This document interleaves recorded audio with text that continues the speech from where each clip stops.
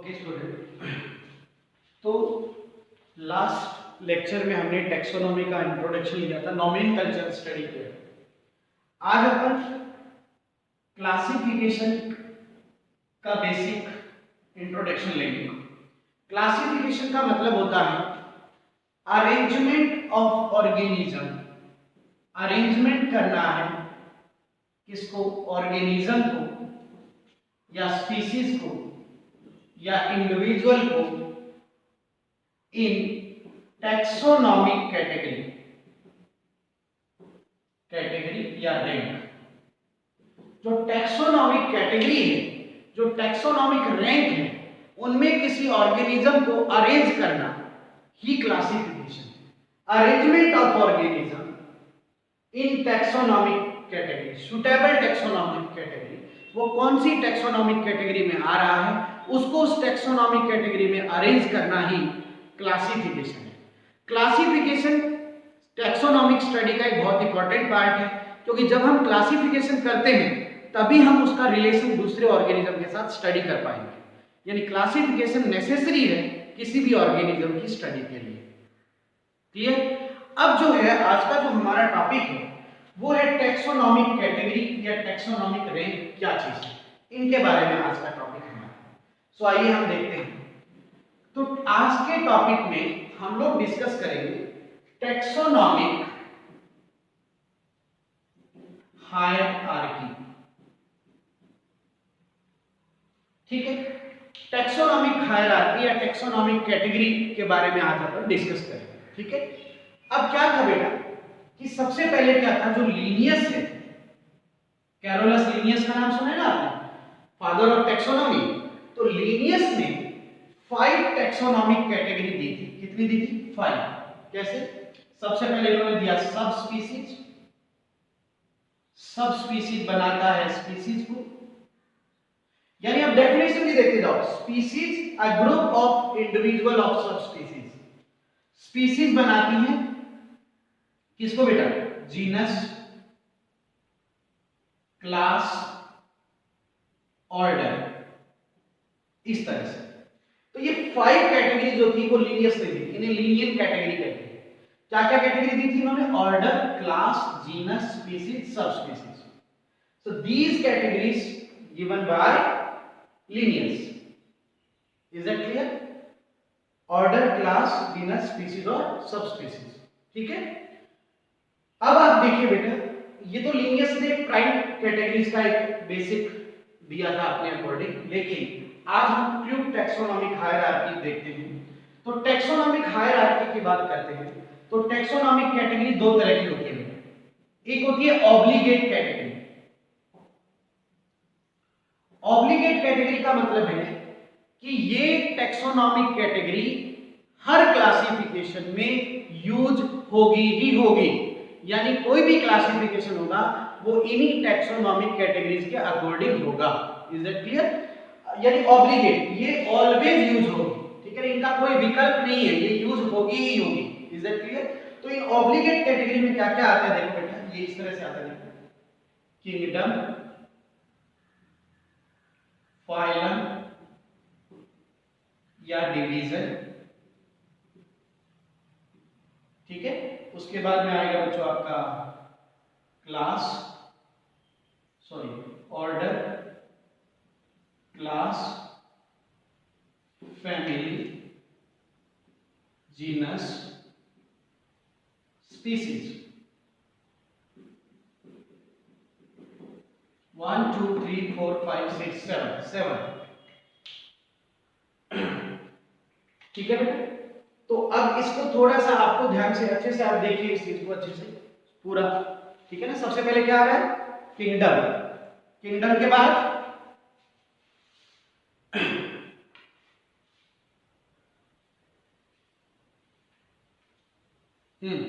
हो गया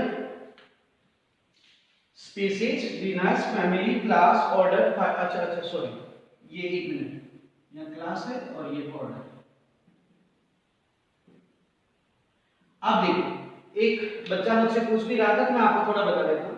इनकी डेफिनेशन अगर आपको देनी हो तो ऐसे डेफिनेशन देंगे आप। देखो कि स्पीसीज डिफरेंट स्पीसीज जीनस बनाती है, यानी एक जीनस में बहुत सारी स्पीसीज होती है। जो जीनस किससे मिलकर बनता है? स्पीसीज से। बहुत सारे जीनस फैमिली बनाते हैं, यानी एक फैमिली में डिफरेंट जीनस हो सकते हैं। फैमिली, बहुत सारी फैमिली ऑर्डर बनाती है, यानी एक ऑर्डर में बहुत सारी फैमिली हो सकती है। ऑर्डर क्लास बनाते हैं, यानी एक क्लास में बहुत सारे ऑर्डर हो सकते हैं।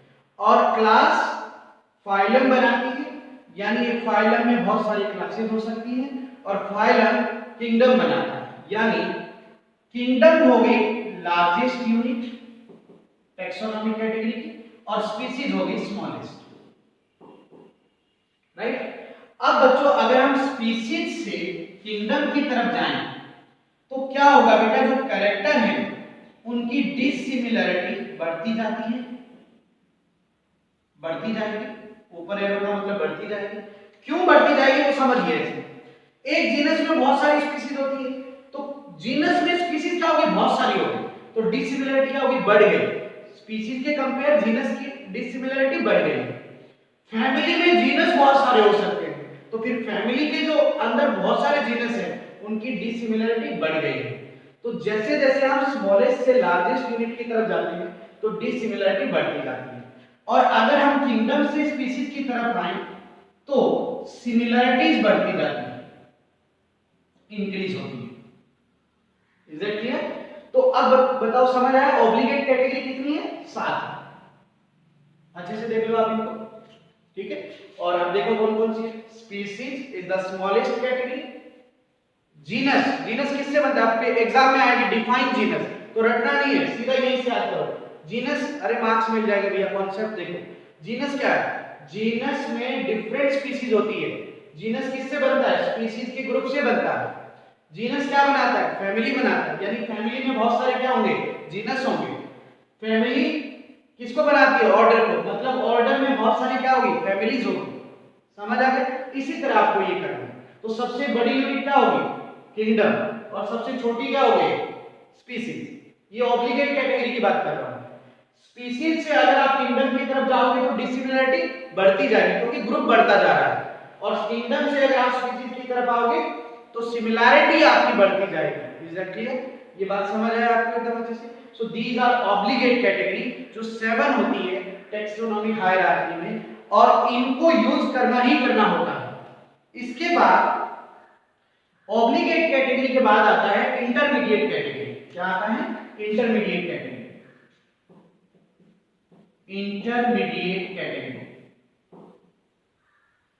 अब इंटरमीडिएट कैटेगरी में क्या होता है बेटा?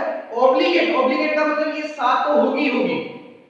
इंटरमीडिएट कैटेगरी में क्या होता है? वो इनके बीच में एडजस्ट होती है, क्लासिफिकेशन को सूटेबल बनाने के लिए, ठीक है ना, क्लासिफिकेशन को इजी बनाने के लिए। तो उसमें क्या होता है? जैसे इंटरमीडिएट कैटेगरी में ज्यादातर 2 वर्ड यूज होते हैं, सुप्रा या सब।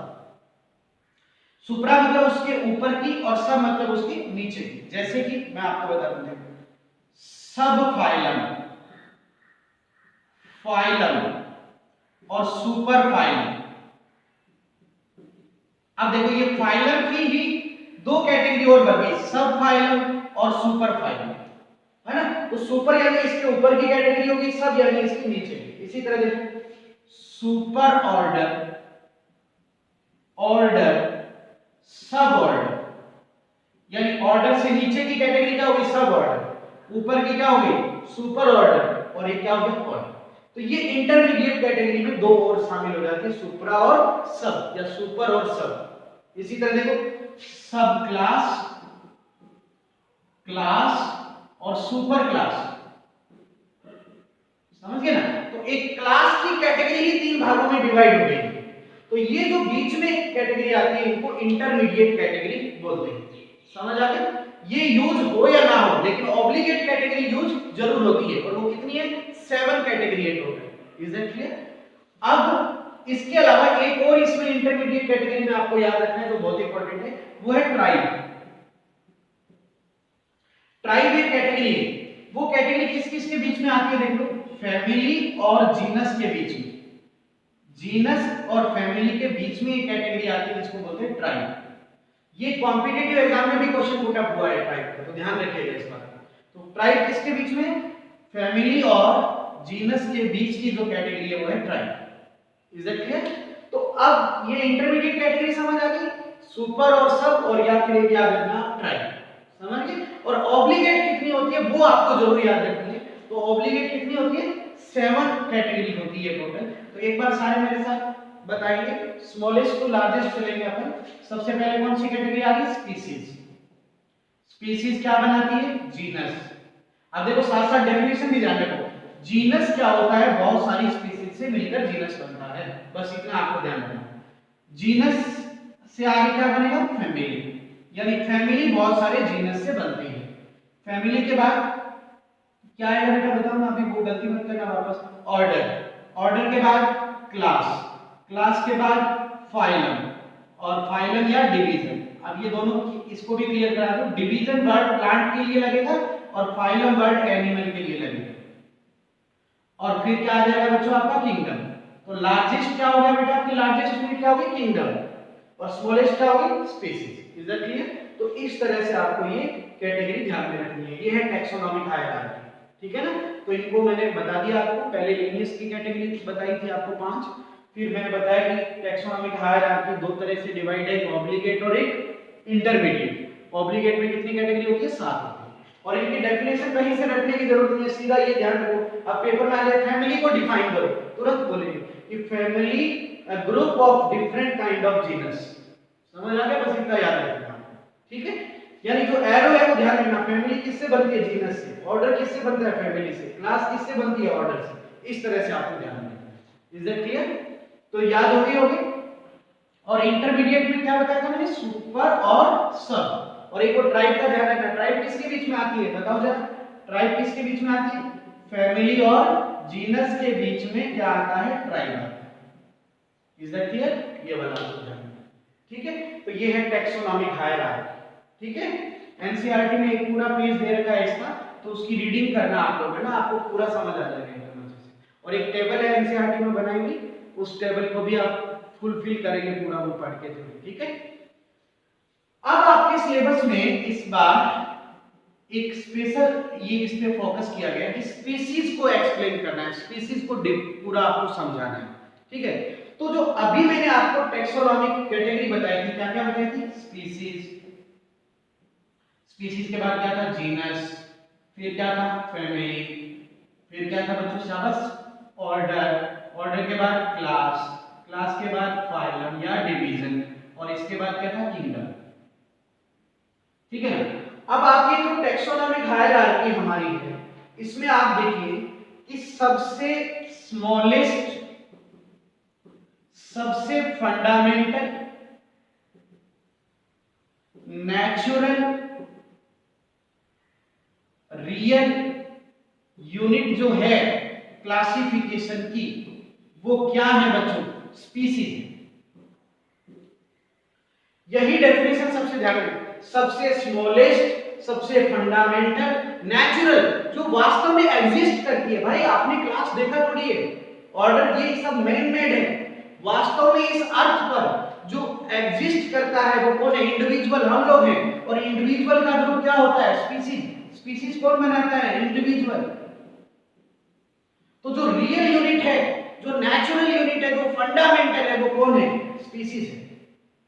बाकी सब तो मेन मेड है बेटा, जो हमने स्टडी के लिए बनाया है, जिससे स्टडी आसान हो, क्लासिफिकेशन आसान हो। वास्तव में जो एग्जिस्ट कर रहा है इस नेचर पर, वो कौन एग्जिस्ट कर रहा है? स्पीसीज एग्जिस्ट कर रही है। So that is natural, smallest, fundamental and real unit of classification. Is that clear? समझ आया होगा आपको अच्छे से? अब ये स्पीसीज जो है बेटा, इस स्पीसीज को ये जो टर्म दिया गया था, ये जो हायरार्की दी थी, वो जॉन रे ने दी थी। और इसका जो बायोलॉजिकल कॉन्सेप्ट दिया था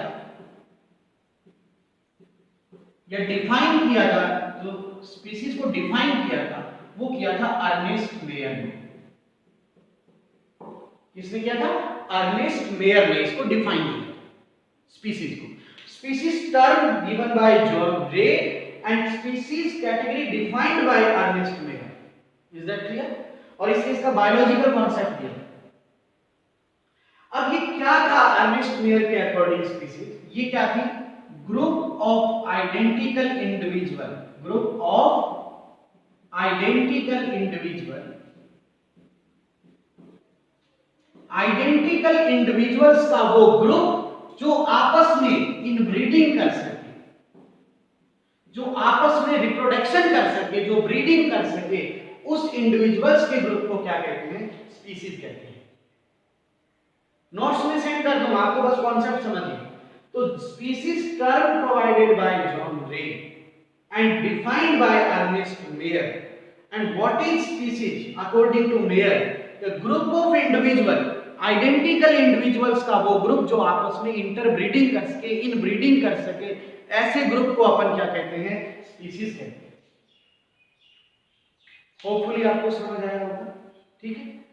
अब देखो बेटा, स्पीसीज को और बढ़िया अपन समझते हैं। स्पीसीज जो है वो एक तो होती है बायोटाइप स्पीसीज, एक होती है इकोटाइप स्पीसीज, और एक होती है इकेड या इकोफिल। ठीक है, ये भी टर्म आपको मिल गई। मैं स्पीसीज पर खूब सारा बताना चाहता हूं आपको। बायोटाइप स्पीसीज क्या है? ये वो स्पीसीज है जो सेम स्पीसीज के इंडिविजुअल हैं। एक बात, इनमें जेनेटिक वेरिएशन है और ये सेम इन्वायरमेंट में रहते हैं। सेम स्पीसीज के इंडिविजुअल सेम इन्वायरमेंट में रहते हैं, जेनेटिक वेरिएशन है इनमें, तो दे कांट रिप्रोड्यूस, ये आपस में रिप्रोड्यूस नहीं कर सकते क्योंकि इनमें genetic variation, reproductive isolated, that is biotype. Same species, समझ आ रही? जेनेटिक वेरिएशन है इनमें, परमानेंट जेनेटिक वेरिएशन है, सेम इन्वायरमेंट में है, they can't reproduce with each other, है ना। तो ऐसे मेंबर्स को बायोटाइप कहते हैं। जैसे कि मैं आपको एग्जांपल से समझाता हूं, ऐसे समझ नहीं आएगा। Brassica, oleracea, botrytis, Brassica, oleracea, capitata. ठीक है, ये क्यूलीफ्लावर है और ये कैबेज है। अब देखो जीनस सेम है इनका, ठीक है ना, स्पीसीज सेम है, देखो सेम स्पीसीज है, लेकिन इनमें जेनेटिक वेरिएशन है और ये आपस में रिप्रोडक्शन भी नहीं कर सकते। तो ये जो है वो क्या है बेटा? बायोटाइप स्पीसीज में आएंगे दोनों में। ये सेम स्पीसीज है दोनों, लेकिन ये बायोटाइप स्पीसीज कंसीडर होंगे। टैक्सोनॉमिकली ये एक ही स्पीसीज है। टैक्सोनॉमी में क्या देखा जाता है? मॉर्फोलॉजी। तो टैक्सोनॉमिकली एक जो है, टैक्सोनॉमी के अकॉर्डिंग तो मॉर्फोलॉजी के हिसाब से आप इनको देखोगे, सॉरी, लेकिन बायोटाइप के अकॉर्डिंग ये दोनों एक ही स्पीसीज में कंसीडर होंगे। Is that clear? इसके बाद आता है इकोटाइप। इकोटाइप क्या चीज है, इसको देखिएगा, नाम से क्लियर है वो। इकोटाइप, इको मतलब इकोसिस्टम, इकोसिस्टम मतलब इन्वायरमेंट, मतलब ये डिफरेंट इन्वायरमेंट में रहते हैं। इन्वायरमेंट क्या हो गया इनका? डिफरेंट। जेनेटिक वेरिएशन है इनमें, वो तो होगी क्योंकि डिफरेंट इन्वायरमेंट में। तो स्पीसीज के वो मेंबर, सेम स्पीसीज के वो मेंबर जो डिफरेंट इन्वायरमेंट में रहते हैं और जिनमें जेनेटिक वेरिएशन है, उनको इकोटाइप कहा जाता है। जैसे कोरवस स्प्लेंडेंस, ठीक है, स्प्लेंडेंस,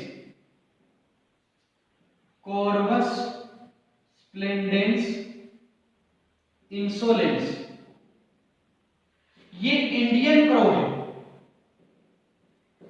भारतीय क्रो, और ये म्यांमार में पाया जाता है। अब आप देखिए, दोनों डिफरेंट इन्वायरमेंट में रहते हैं। ये इंडियन इन्वायरमेंट में, ये म्यांमार में है।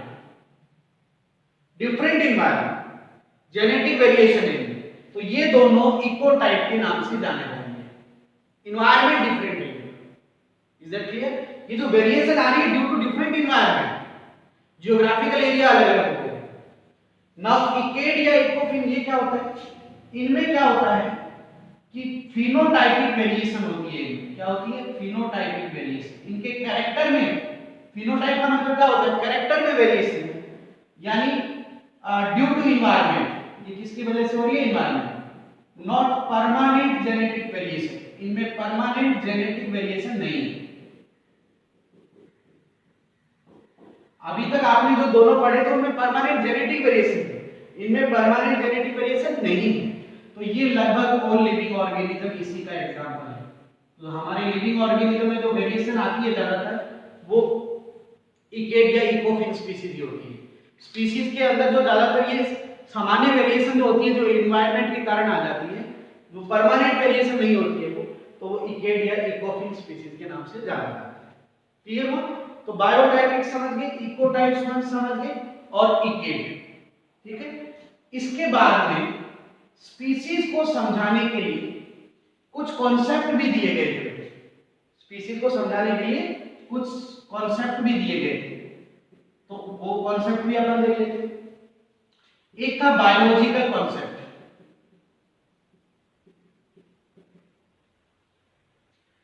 एक था बच्चों स्टैटिक कॉन्सेप्ट, एक था डायनामिक कॉन्सेप्ट, इवोल्यूशनरी कॉन्सेप्ट,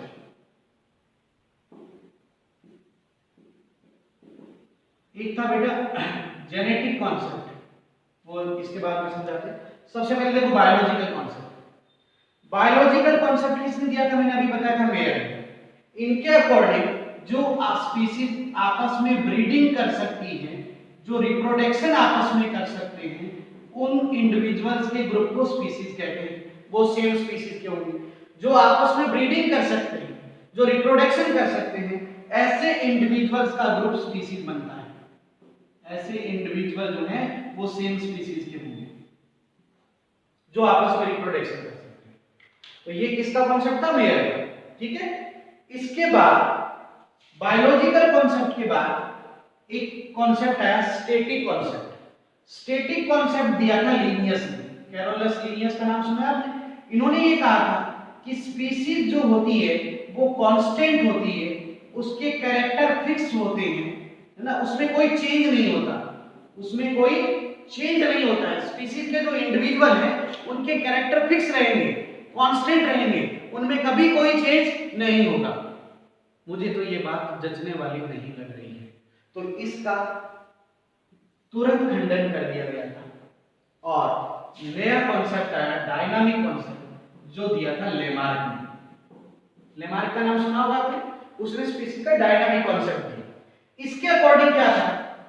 इसके अकॉर्डिंग ये था कि स्पीशीज चेंजेबल होती है, मतलब उसके कैरेक्टर चेंज हो सकते हैं, उसमें वेरिएशन आ सकती है। क्या आ सकती है उसमें? वेरिएशन। वो कांस्टेंट नहीं है, वो फिक्स नहीं है, उसमें एवोल्यूशन के अकॉर्डिंग नए चेंजेस आते रहते हैं, वेरिएशंस आती रहती है, एनवायरनमेंट के कारण उसमें चेंजेस आते रहेंगे, वो सदा एक जैसी नहीं रहेगी। Is that clear? ये डायनामिक कॉन्सेप्ट था जो लेमार्क ने दिया, स्टैटिक कॉन्सेप्ट लिनियस ने दिया, बायोलॉजिकल कॉन्सेप्ट मेयर ने दिया। अब देखो इसको है ना ऐसे रटना मत, कितनी की बायोलॉजी रटोगे आप, सीधा ये रखो। आपसे कोई पूछे बायोलॉजिकल कॉन्सेप्ट किसने दिया, तो तुरंत बताओ मेयर ने। क्या मतलब था बायोलॉजिकल कॉन्सेप्ट का? जो आपस में इंटरब्रीडिंग या रिप्रोडक्शन कर सके वो सेम स्पीशीज के होंगे। स्टैटिक कॉन्सेप्ट क्या कहता है? स्टैटिक मतलब फिक्स, यानी स्पीशीज के कैरेक्टर कभी बदलते नहीं हैं। डायनामिक, डायनामिक मतलब चेंज होते रहना। तो डायनामिक कॉन्सेप्ट किसका था? लेमार्क का। वो कह रहे हैं कि स्पीशीज के कैरेक्टर कभी भी कांस्टेंट नहीं रहते, वो चेंज होते रहते हैं, है ना, वो चेंजेबल है, उनमें वेरिएशन आती रहती है। इवोल्यूशन कॉन्सेप्ट, इवोल्यूशन कॉन्सेप्ट जो दिया था वो दिया था सिम्पसन ने। सिम्पसन, इन्होंने ये कहा था कि न्यू स्पीशीज फॉर्म्ड होती रहती है, ठीक है, ड्यू टू इवोल्यूशन। बहुत इजी है, देखो इवोल्यूशनरी कंसेप्ट क्या कहता है कि इवोल्यूशन से नई स्पीसीज बनती रहती है। इवोल्यूशन होता है, चेंजेस होता है और नई स्पीसीज बनती रहती है। So that is the evolutionary concept. और जेनेटिक कॉन्सेप्ट लॉटसी ने दिया था, वो तो जेनेटिक रिलेशन के आधार पर था, ठीक है ना। लेकिन अब हम सबसे मेन कॉन्सेप्ट पर आते हैं, वो है टाइपोलॉजिकल कॉन्सेप्ट। ये जरूर याद रखना, और ये कॉन्सेप्ट सबसे इंपॉर्टेंट है। आप दो कॉन्सेप्ट याद रखना, एक तो बायोलॉजिकल कॉन्सेप्ट याद रखना जो मेयर का था, और एक याद रखना टाइपोलॉजिकल। ये दो कॉन्सेप्ट याद रखना। टाइपोलॉजिकल कॉन्सेप्ट दिया था एरिस्टोटल ने और प्लेटो, ये टाइपोलॉजिकल कॉन्सेप्ट लिखा था। और मोस्ट वाइडली यही सबसे ज्यादा यूज होता है। आप जानेंगे स्पीसीज का कौन सा कॉन्सेप्ट सबसे ज्यादा यूज होता है, मोस्ट वाइडली कौन सा कॉन्सेप्ट यूज होता है, वो कौन सा कॉन्सेप्ट यूज होता है, टाइपोलॉजिकल। ये क्या कह रहे हैं, देखो सबसे अच्छा कॉन्सेप्ट है ये कहते हैं कि जीन इंडिविजुअल्स का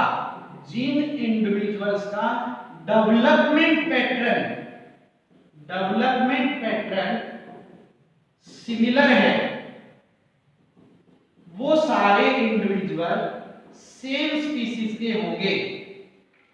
समझिएगा, जिन इंडिविजुअल्स का डेवलपमेंट पैटर्न सेम है, अगर इंडिविजुअल्स का डेवलपमेंट पैटर्न, लाइफ साइकिल का पैटर्न सिमिलर है, तो समझ लो वो सारे इंडिविजुअल सेम स्पीसीज के हैं।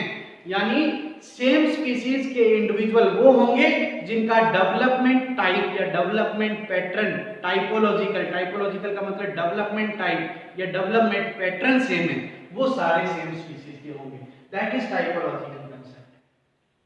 तो ये बेटा स्पीसीज के कुछ कॉन्सेप्ट थे जो स्पीसीज को डिस्क्राइब करने के लिए अलग अलग साइंटिस्ट ने दिए थे। सो मोस्ट वाइडली जो कॉन्सेप्ट यूज होता है वो टाइपोलॉजिकल कॉन्सेप्ट यूज होता है। Is that clear?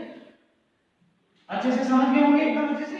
तो कौन से सेम स्पीसीज के होंगे जिनका डेवलपमेंट पैटर्न सेम है। तो आप दो कॉन्सेप्ट याद रखो, ज्यादा मत याद रखो। एक तो बायोलॉजिकल कॉन्सेप्ट जो मेयर ने दिया था, क्या था ये बायोलॉजिकल कॉन्सेप्ट, जो आपस में ब्रीडिंग कर सकते हैं वो सेम स्पीसीज के होंगे। और टाइपोलॉजिकल कॉन्सेप्ट जो एरिस्टोटल ने दिया था, वो क्या है, जिनका डेवलपमेंट पैटर्न सेम होता है, वो सेम स्पीसीज के होते हैं। Is that clear? अब देखो कुछ स्पीसीज के बारे में और कुछ अच्छी अच्छी बातें बताते हैं आपको। कुछ टर्मिनोलॉजी भी आ सकती है, देखो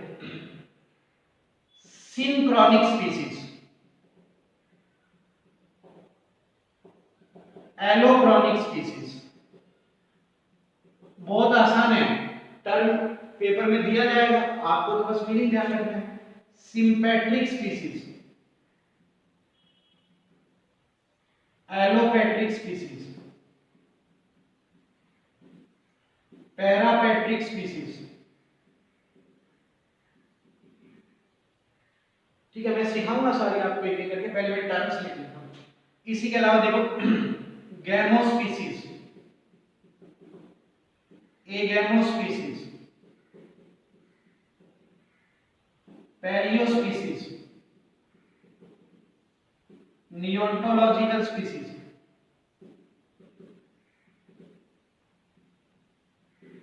चलिए इतनी सिखाते हैं आपको पहले। सिनक्रॉनिक, देखो नाम से क्लियर कराऊंगा मैं, बहुत आसान है। सिनक्रॉनिक, क्रॉनिक का मतलब होता है पीरियड, पीरियड मतलब टाइम, सिन का मतलब होता है सेम। तो ऐसी स्पीसीज जो सेम पीरियड में इवॉल्व हुई है, जिनका सेम पीरियड में इवोल्यूशन हुआ है, जो एक ही टाइम ऑफ पीरियड में इवॉल्व हुई है, वो स्पीसीज क्या कहलाती है, सिनक्रॉनिक। अब बताओ सिनक्रॉनिक में कोई दिक्कत? क्रॉनिक मतलब पीरियड, सिन मतलब सेम, जो सेम पीरियड में इवॉल्व हुई है वो सिंक्रोनिक स्पीसीज है। अब क्या है देखो, एलोक्रॉनिक, एलो मतलब डिफरेंट और क्रॉनिक मतलब पीरियड, यानी जो डिफरेंट पीरियड में इवॉल्व हुई है, जिनका इवोल्यूशन डिफरेंट पीरियड में हुआ है, दैट इज एलोक्रॉनिक। अब बताओ पहले सिंक्रोनिक और एलोक्रॉनिक समझ आया? सिन मतलब सेम, क्रॉनिक मतलब पीरियड जो सेम पीरियड में इवॉल्व हुई है, और एलोक्रॉनिक का मतलब जो डिफरेंट पीरियड में इवॉल्व हुई है। Is that clear?